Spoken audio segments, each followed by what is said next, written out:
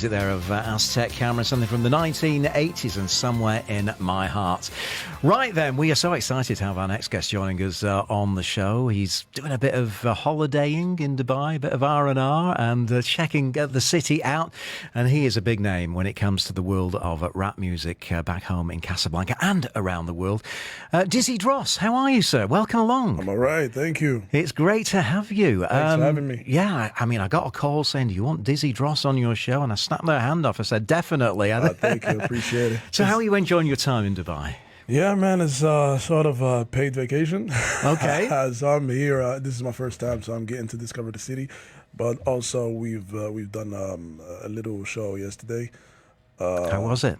It was great. It was great energy. It was really nice to connect with the Moroccan community here. Yeah. But at the same time, just to discover the nightlife and the clubs and stuff like that. So definitely more to come. I get the feeling you're going to be coming back, aren't you? Yeah, definitely, inshallah.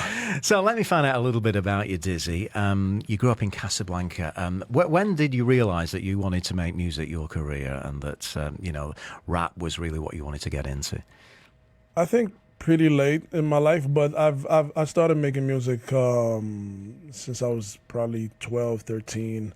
But getting into the business, I mean, things have changed now, but back when I started, maybe 2007, 8, things were quite slow in terms of the industry. The streaming platforms were not as big as now. Yeah. It was a bit of a struggle, but it took a long fight to get to where we at right now. And Rashid maybe can. I mean, marketing rap and getting Dizzy's name out there. Tell me about that journey a little bit, Rashid. Well, the thing is, when I met with Dizzy, he was essentially quite established in the Moroccan rap scene. Yeah. But it was at a time where things were still quite slow. You know what I mean? It hadn't really kind of crossed over to TV as much. There was a few kind of token selected rappers that would kind of do the TV and the radio and stuff like that. Okay. I think what helped kind of put Dizzy on that kind of platform is that when his audience saw him leave Morocco and start to kind of, we done a video, Saliti Ola Baqi, which is a video we shot in London.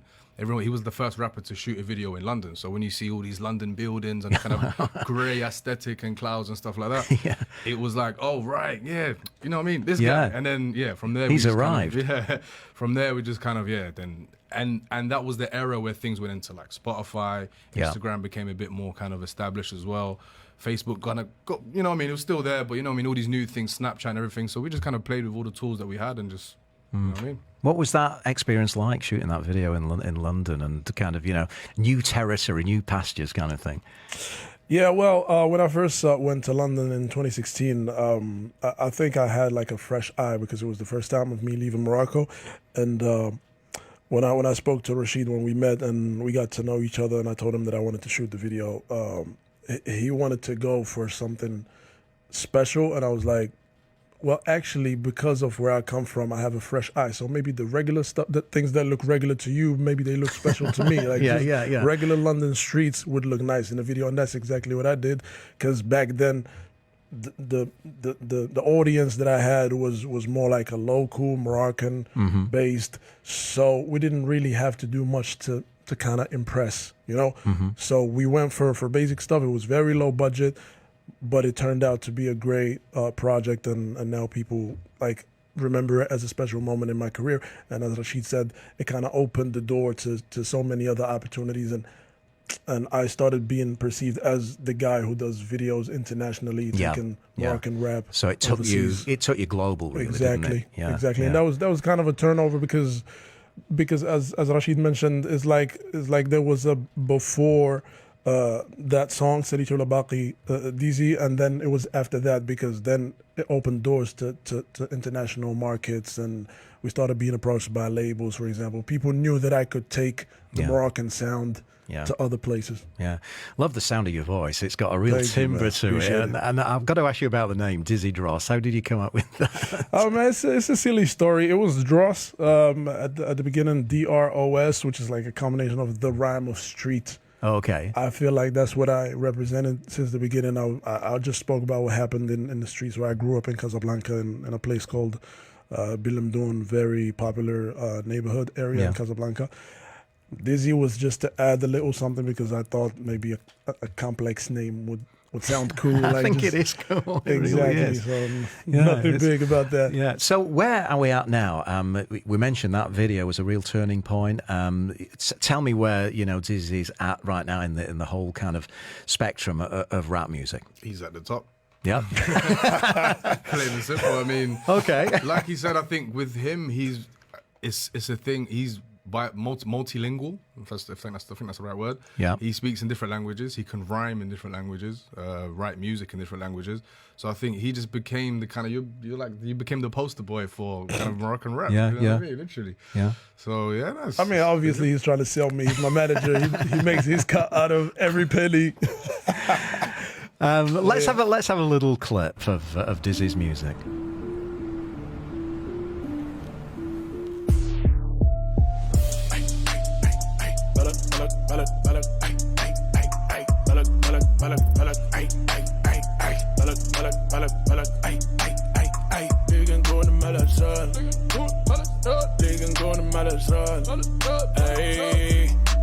كابرين وسط الغابة الضرب والجرح صافي قاعد غنصر والد راجع من الفجر انا ما قيش الله بقلب قاسم على الشر بغيت ارض الله والوالد عيش بو حالي غدا القصر واش رضا بينا القبر واش قبل لينا البحر مغرب ديالنا احسن بلاد وطلع جولينا ضربنا معاك مشانا وربي غيغفر لينا نصبر كيفاش باغي تربي مغاربه ما تعرفش كيفاش تهدر.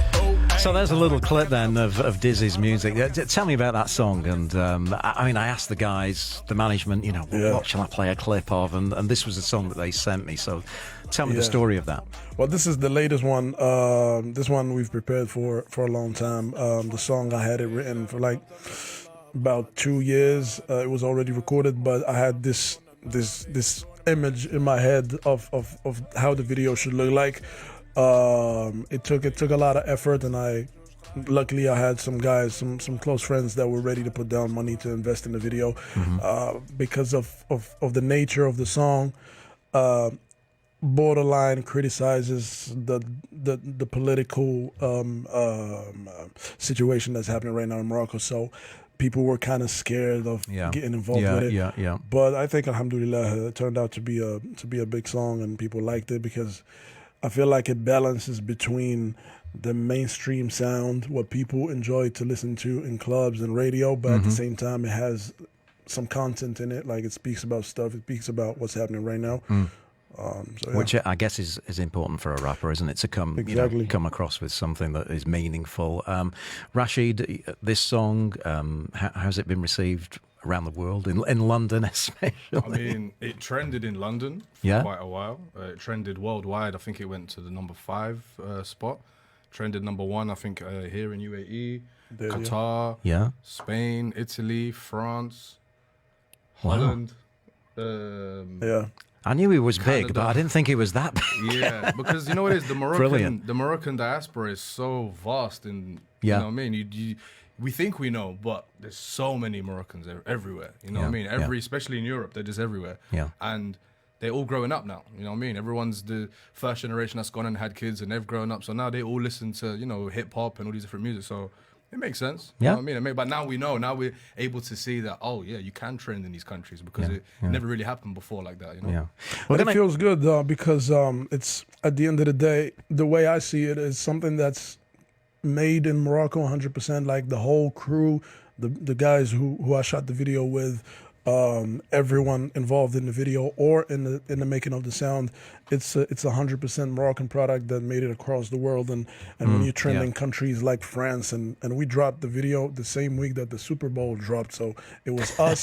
The second place was Rihanna, and the third one was like Miley Cyrus. She just dropped the video. Really? Bad Bunny, I think it was. Yeah, Bad Bunny style. Like to think that we kind of beat this competition from that level. It feels good. Yeah, it must do. Yeah. So is the entourage all Moroccan as well?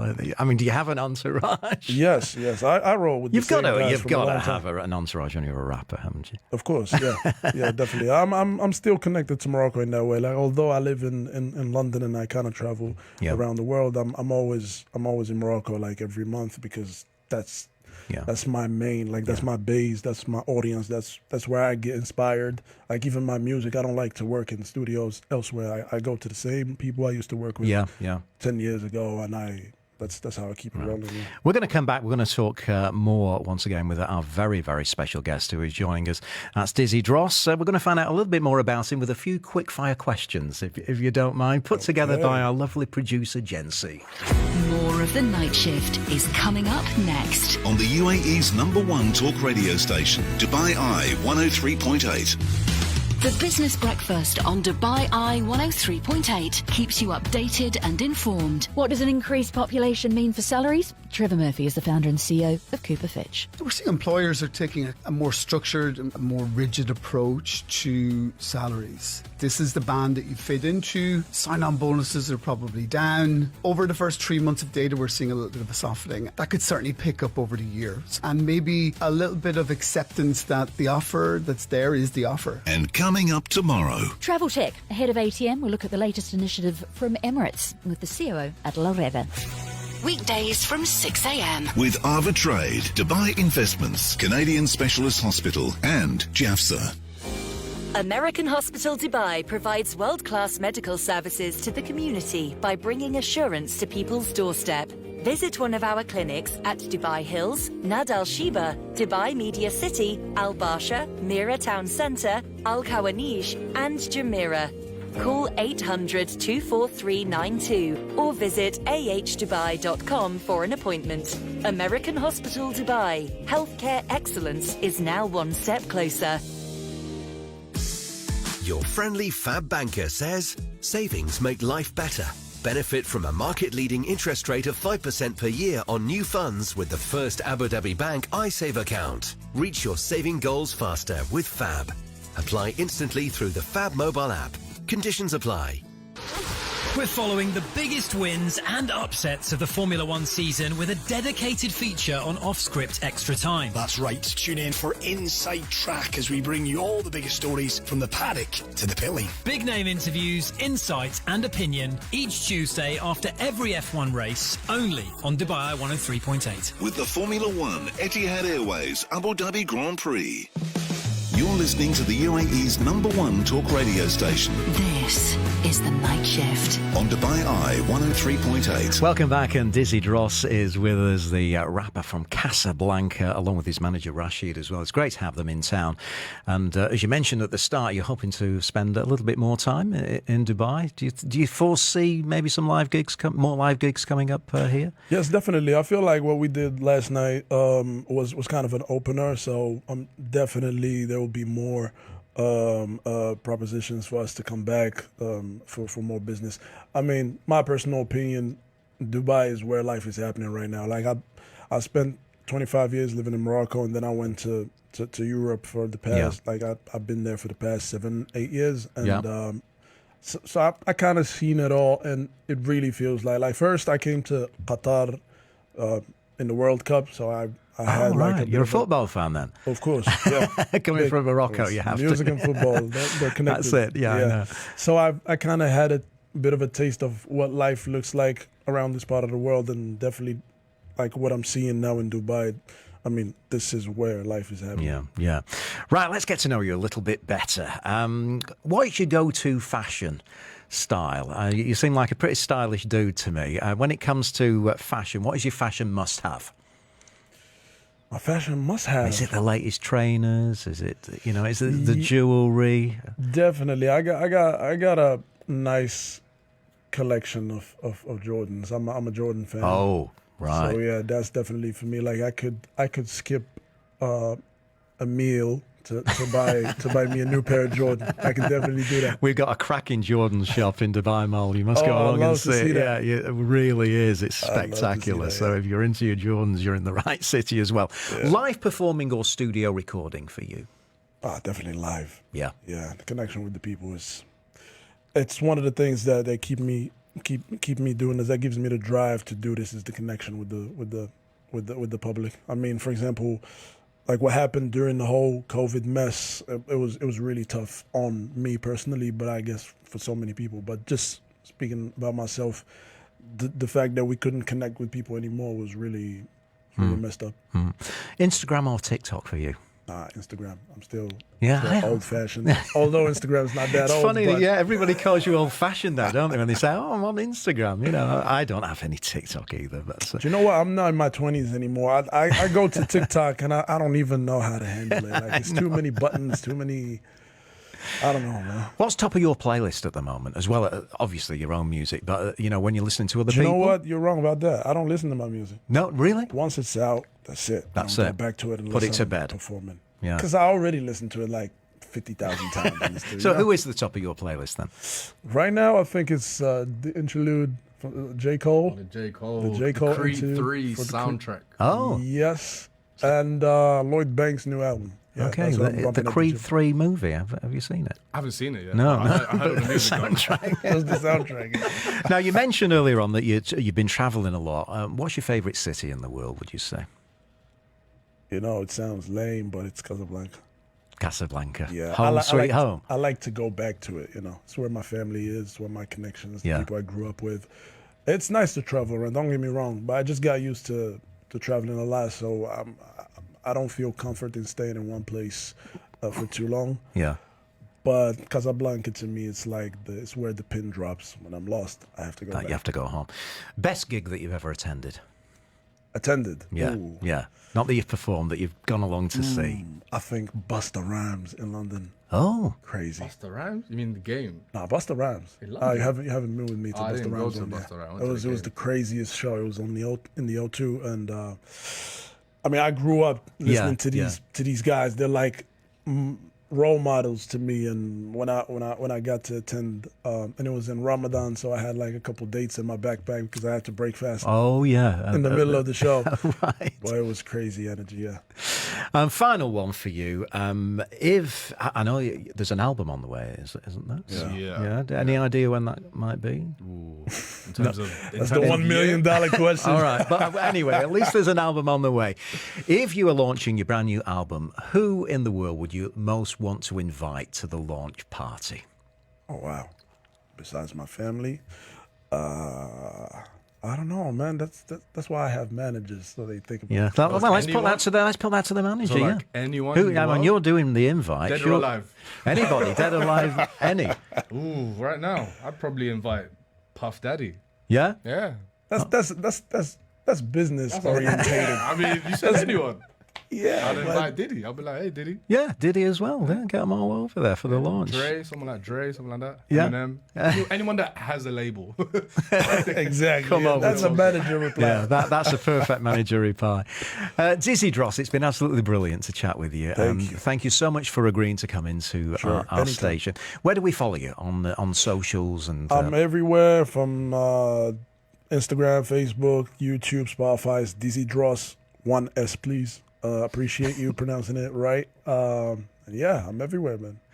Great. And next port of call, you're in Dubai for a few more days, I think. And then just a couple more days, but definitely coming back during where are you off summer. to next?